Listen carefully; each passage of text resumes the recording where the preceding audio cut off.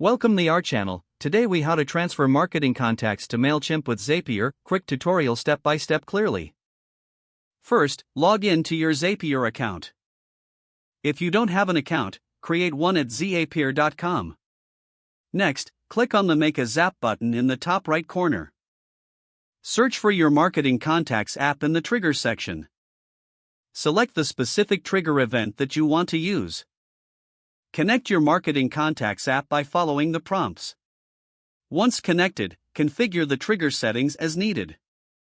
Test the trigger to ensure it pulls in sample data correctly.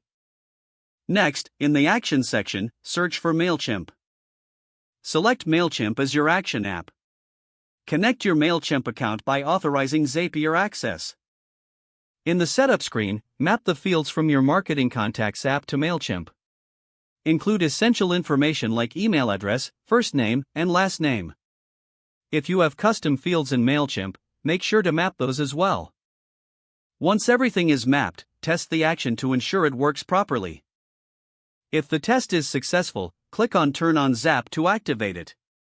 Your Zap is now fully set up to transfer contacts automatically.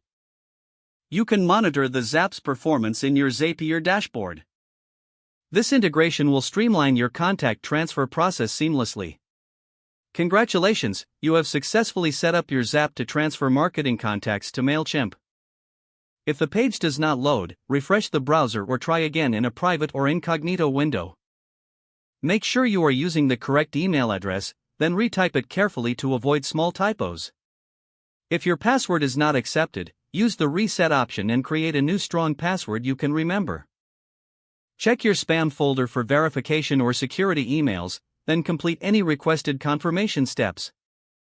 Enable two-factor authentication if available to improve account security and reduce unauthorized access risk.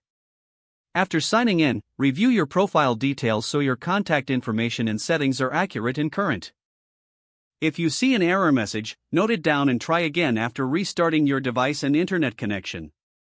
Log out when you finish, especially on shared devices, to keep your account and payment information secure.